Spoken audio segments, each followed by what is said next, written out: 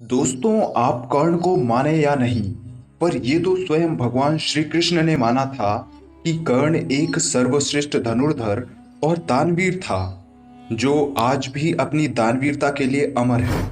हमारे ग्रंथों के हिसाब से अंत में भगवान श्री कृष्ण ने कर्ण की परीक्षा लेने के लिए उससे दान मांगा था, तो कर्ण ने अपने सोने का दांत दान में दे दिया था। परंतु एक कहानी और है जो अक्सर लोग कहते हैं कि असल में कर्ण युद्ध के आखिरी दिन दुर्योधन के एहसान से मुक्त हो चुका था और तब उसने अपनी जान अर्जुन को दान में दी थी। सत्य तो यह है कि ये सब एक लीला थी जिससे कलयुग में आने वाले इंसान सीख ले सकें। कर्ण को मानना बुरी बात नहीं, कर्ण को मानकर भगवान को गाली देना सबसे बड़ा पाप है। और गाली देने वालों का क्या हाल होता है, अगर आप सच्चे महाभारत के फैन हैं तो आपको जरूर पता होगा। तो आप सभी के प्रश्नों का जवाब आपको मिल चुका होगा कि कर्ण का अंतिम दान क्या था। और आप सभी से एक अनुरोध है कि अगर आप सच्चे कर्ण के फैन हैं तो सभी योद्धाओं की रिस्पेक्ट जरूर करें, वरना आप कर्ण के फैन कहलाने लायक भी नहीं हैं। उस समय भी कर्ण और अर्जुन में कंपटीशन जरूर था, परंतु वह एक दूसरे की बहुत रिस्पेक्ट करते थे। अब आप इसका सबूत मांगोगे तो महाभारत में कई जगह आपको इसका सबूत मिल जाएगा, अगर आपने महाभारत पढ़ी होगी तो।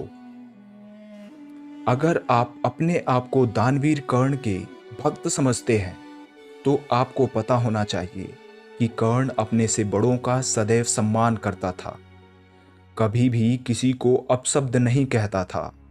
और कहीं कहीं पर तो यह भी बताया गया है कि कर्ण ने दुर्योधन को द्रोणाचार्य और भीष्म पितामह की रिस्पेक्ट करने के बारे में समझाया था।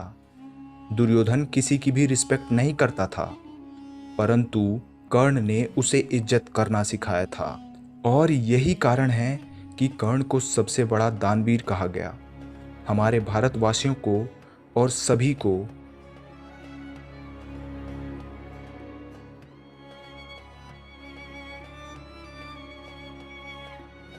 और कर्ण ने यही सबसे बड़ा दान दिया था हमारे भारतवासियों को, हम सभी को। और कर्ण ने यही सबसे बड़ा दान दिया था हमारे भारतवासियों को, हम सभी को, कि आप मेरी कहानी से सीख लो। अगर गलत के साथ रहोगे तो दुर्गति निश्चित है, चाहे आप कितने ही बलवान क्यों ना हो। और अगर धर्म के साथ रहोगे तो सद्गति निश्चित है, चाहे आप कितने भी कमजोर क्यों ना हो। यही था कर्ण का सबसे बड़ा और आखिरी दान।